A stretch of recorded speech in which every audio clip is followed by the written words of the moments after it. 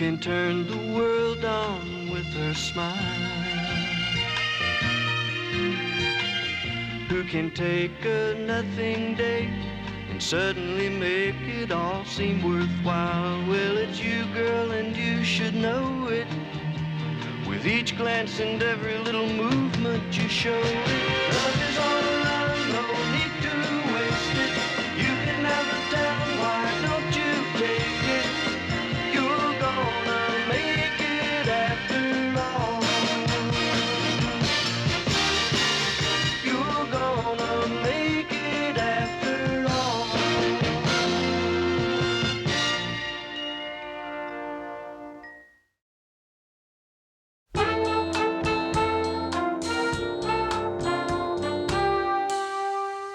Gee, I'm really sorry you missed Ted and everybody, Mr. Caldwell.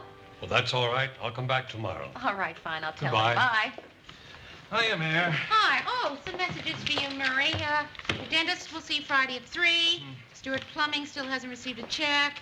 Marie called and would like you to bring home a jar of mint jelly. She's making lamb. It's hard to believe that somewhere in this great land of ours, somebody has a message that says, Jill St. John called. Come on up. The skiing's wonderful. Hey, Murr, can you ever remember Ted mentioning his father? Can't say that I do. Why? His father called 3 times today. Any messages? Oh, no, but Mr. Caldwell was here to see you and Ted. He said he'd come back tomorrow. Caldwell, oh yeah, he's one of the new owners of the station. You mean we've been sold? Yeah, last week. Monroe sold us for $5 million. $5 million? Wow, that's a lot of money. Not to Monroe, he paid $7 million. Hey, will you bring in last night's program logs? Yes, sir. Anybody wants an anchovy pizza? I hate to have to eat the whole thing myself. Anybody want a slice? How much? Half a buck a slice. No, thanks. Hey, Mary, how about some pizza? Only 40 cents a slice. Oh, no thanks, Ted. I can give you one for 35 cents a slice. No, not till they make pizza out of Melba toast and cottage cheese. Oh, hi, Lou. Want some hot pizza? Oh, thanks, Ted. That's very nice of you. Oh,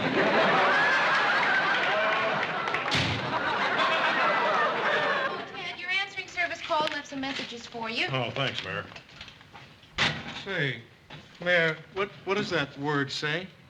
Father. Father. I don't know any Mr. Father. No, Ted, not Mr. Father, your father. He called 3 times from Gary, Indiana, said he was going to be in town tomorrow and would come and see you.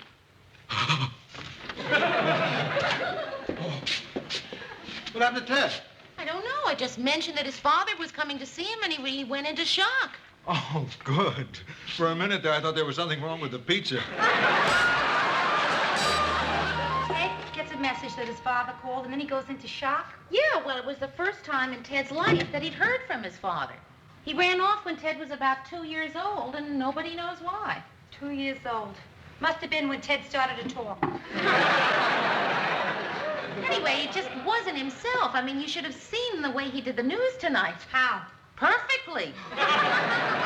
So, when is the big reunion going to take place? Well, his father's coming to the station tomorrow. Boy, you know that must be a tough thing to live with all these years. I mean, never knowing who your father really is. You know, Mary, I've often wondered if my mother is really my mother. I mean, I think I was born a gypsy. And as an infant was kidnapped by a roving band of Jewish housewives. I'll see you later. Okay. Hi. Rhoda, Mary. Hi. I've got to talk to you. Sure. Surprise, surprise, Marie. Oh, Georgette. Hi. Georgette, how are you? Just great. Gee, you're looking good. Thank you. Oh, what a pretty cameo. Is that new? I hope not. I bought it at an antique store. Bye-bye. I see you, Georgette. It's been so long. You look different. What'd you do? Something with your hair? Did you do something different to your hair? We're going to talk about her all night? Mary, what am I going to do about my father? Please, you've got to help me, please. Well, Ted, Will you hold your thought a sec? I've got to call my answering service. He was so upset at dinner tonight. We drove off with the tray still stuck to the car door. Hello? This is Ted Baxter. I just left 876-4321. I'm now at 555-2312. Thank you. Mary, there's something I want you to do for me. I want you to cover for me with Lou when I don't come to work tomorrow. Why aren't you coming to work tomorrow? Because he doesn't want to see his father. Isn't that awful? A person's very own father. Why should I see him? My own mother doesn't want to see him. She knows him a lot better than I do. Boy, when I think of those nights as a little boy, I used to walk past her bedroom and hear those cries of sadness. At least I think they were cries of sadness. Well, I think when he comes there tomorrow, you should be there to meet him. Don't you, Mary? Well, yeah, I guess Oh, I yeah? do. Where was my father when I needed him? Where was he when I was fighting for my life in Albany, New York, playing Uncle Fuzzy in that Saturday morning kid show? Hi there, buckaroos. Where was he then? Where was he when I was doing those band remotes in Altoona? And now, from high atop the Hotel Adams in downtown Altoona, it's the rippling rhythm of Ray Romero. Where was he then?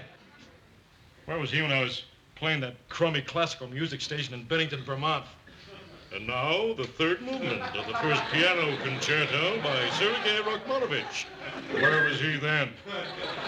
I just don't want to see him, Mary. You got to cover for me. But, Ted, I don't think you should ask Mary to lie for you. No, neither do I. Ted, look, I can understand how you feel, but if you're not coming tomorrow, you're going to just have to tell it to Mr. Grant. Well, thank you very much, Miss High and Mighty Won't Lie for a Buddy. This is Ted Baxter. I'm now leaving 555-2312. I'll never be at this number again.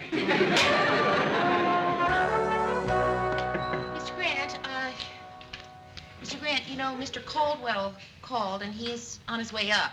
Yeah? Well, I just, thought that since he is the new owner of the station, you might want to get ready. Okay, I'm ready. And Ted wants to see you. What about? Well, he gave me this note. It says that he lost his voice, and...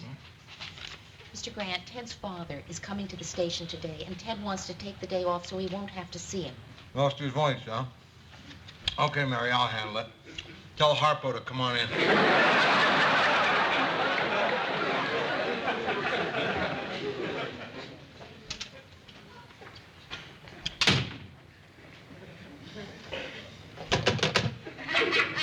Hi, Ted.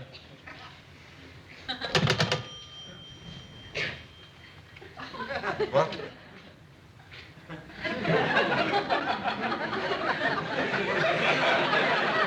What are you saying? I look lost my teeth. Neck. Look. Voice. I lost my voice. Oh, you lost your voice. Well, gee, Ted, that's too bad. What are you going to do about it? I swim. Go. I go. Yeah. Well, it looks like fun, Lou. What are you guys doing? I don't know. Ted lost his voice, and this seems to be cheering him up. Ted, you know what I think you ought to do? Take the day off and go see a doctor. Mary, Ted's not going to be able to do the show tonight. Tell Gordy he'll have to replace him. Right. And tell Gordy he'll be interviewing the Winter Carnival Snow Queen. Oh, what a shame. And that's Ted's favorite interview, too, isn't it? And also make a note to Doc Ted for a day's pay. Wait a minute. I think it's coming back. Yes, there it is. I can hear it now. There it is. That's it. It's back. The voice of Ted Baxter is back. He can talk again. Oh, well, the Lord giveth and the Lord taketh away. All right, Ted, suppose you tell me what this is all about? Lou, I don't want to see my father. Please, let me go home. Oh, Ted, come on. It's probably going to be a lot easier than you think. What if he doesn't like me? Well, why shouldn't he like you? He doesn't know you.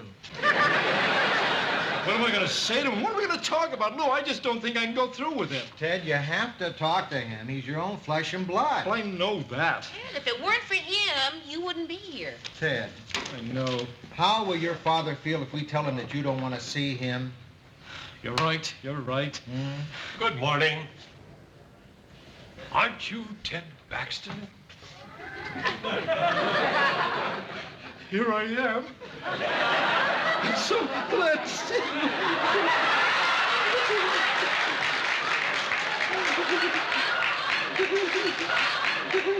Excuse me. I'm looking for Ted Baxter. I'm his father. Are you sure?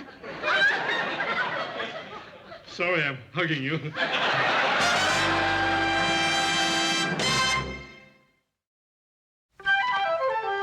That was a very nice tour. This is my dressing room, where it all happens. Very nice. This is where I come to reflect and contemplate, away from the outside turmoil of the world. You might say this is my Camp David.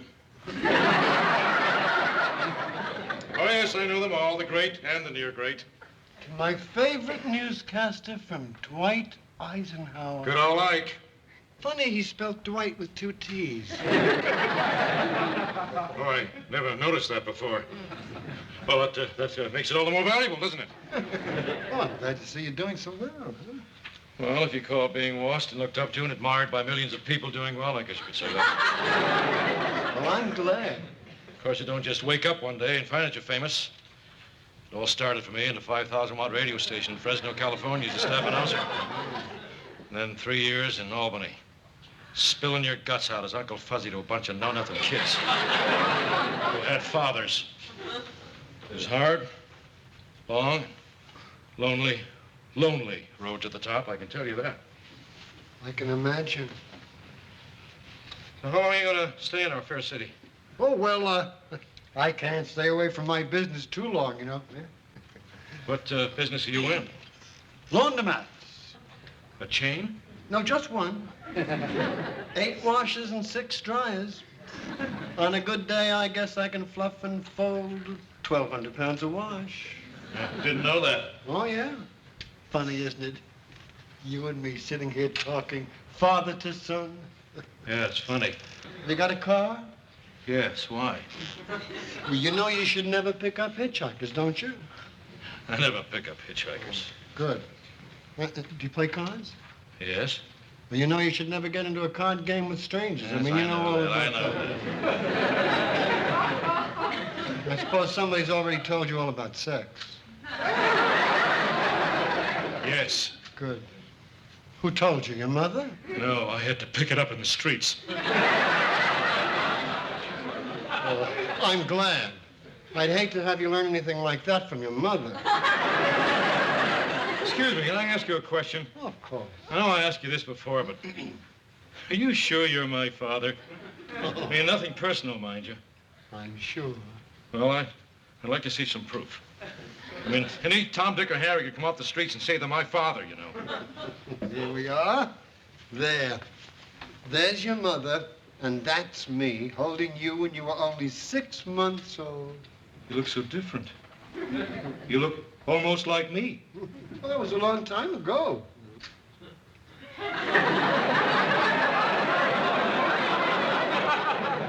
What happened to you? How'd you end up like this? Were you sick or something? Well, you must have done something to make yourself look like this. What, do you drink a lot? I guess it's just old age catching up with me. You really are my father. Yes, Ted? I'm your father. I don't believe it. Come in. Ted, here's your copy for tonight. Oh, thanks, Oh, Mary. hello. I don't think we've met. Oh, right. This... Ted's father, of course. I would have known you anyway.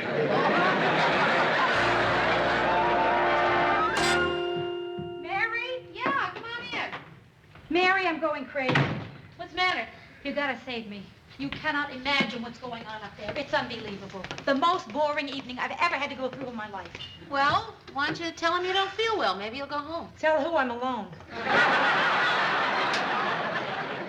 I don't know what to do with myself. I mean, there's nothing to do. I just... Excuse me. Mary, ever wondered what you look like blonde? Forget it. Well, maybe I'll go upstairs and read my old love letters. That ought to kill a minute and 15 seconds. Mary, my friend, I hate to say it, but I'm bored down here, too. Well, Rhoda, I'm trying to make this as fascinating for you as possible, but I'm afraid it's the only way I know to set a table.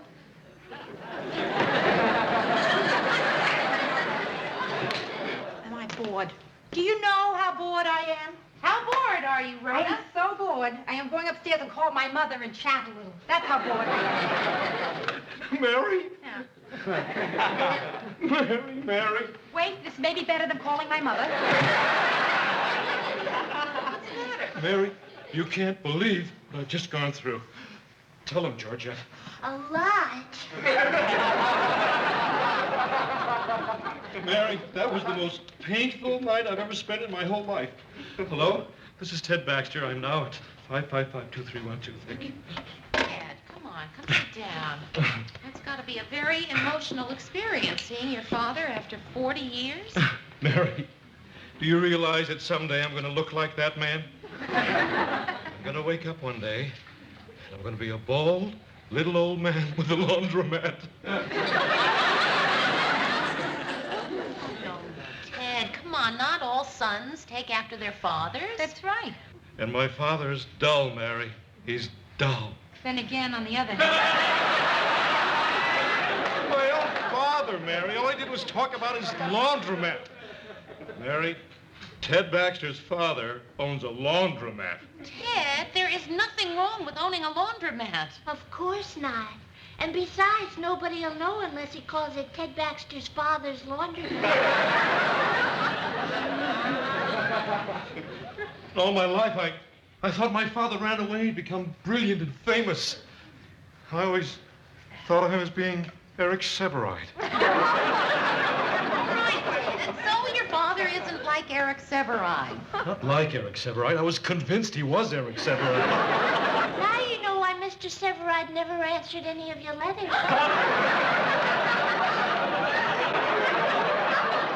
Boy, is the laugh on me. Look what I got. Ted, all right, so your father isn't everything you wanted him to be. Still, he's your father. People who aren't Eric Severide can be very nice, too. Right. Ted, come on. Give the man a chance. He might turn out to be one terrific guy. Terrific guy, huh? Terrific guy? I haven't even told you the worst part yet. He wanted me to lend him $2,000. That's why he came here. He doesn't care about me. All he wants me to do is lend him $2,000. You realize how much money that is, Mary? 20 $100 bills. Hello? Oh, hello, Mr. Baxter. Just a minute. Ted? Mr. Baxter, he can't come to the phone right now. Could I take a message? Sure. You're leaving tonight on the 10:30 bus? Ted, he's leaving tonight on the 10:30 bus. And you're sorry about asking him for the money? Ted, the man's sorry about the money. But he doesn't have to worry about it because you won't be bothering him again. Never again? You saw him do the news tonight? You thought he was terrific? You're very proud of him and thankful for having him for a son.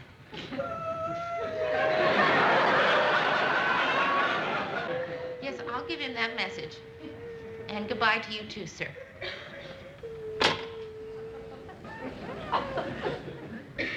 All right, all right. I'll go down there and give him a lift to the bus. Ted, maybe Eric Severide's your uncle.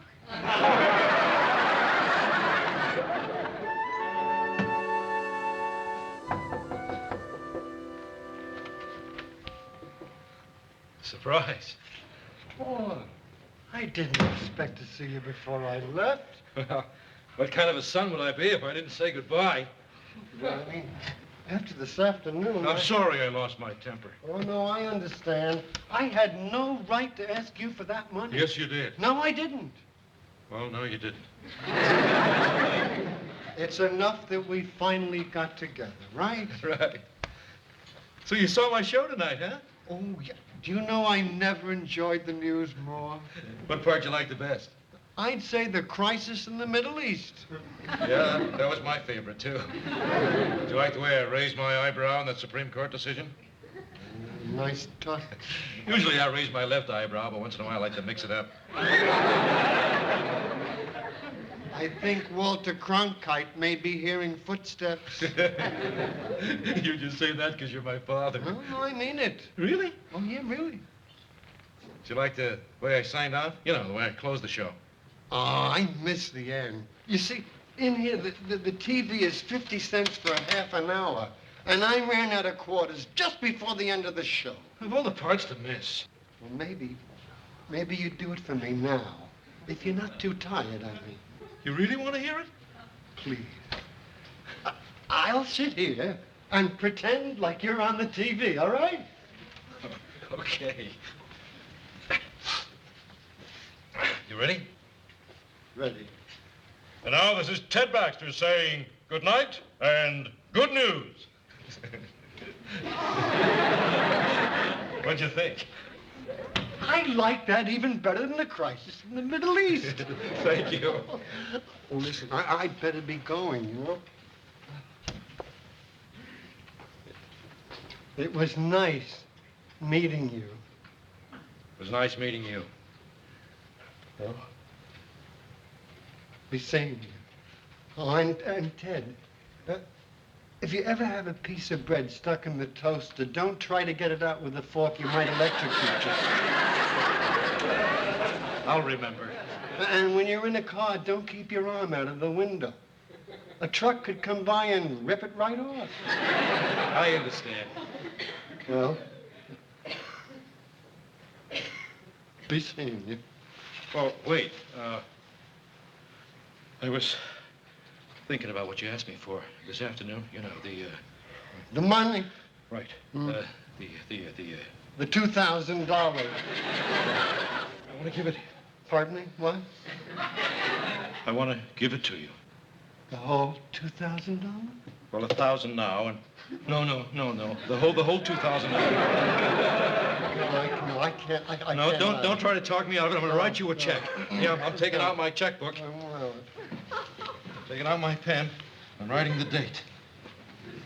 There's the date. Now I'm writing your name. Your name, Robert Baxter. one T in Robert.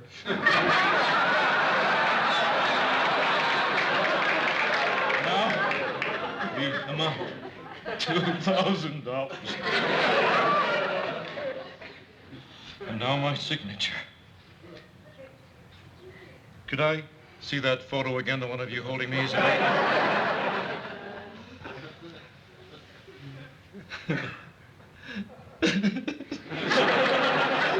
Now I'm writing my name.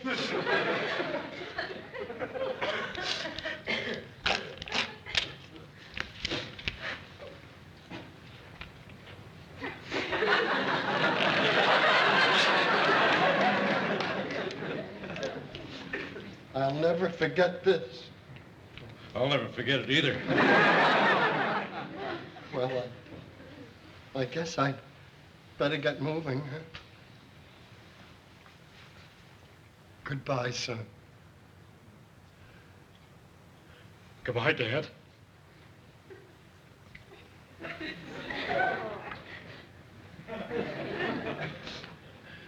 Take care of yourself, Teddy. You too. Wait, I'll give you a lift to the bus. You're a good son. They don't come any better.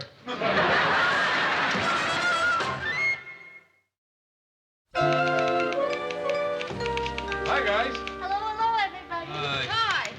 Anybody for lunch? No, thanks, Ted. I don't want to buy any pizza today.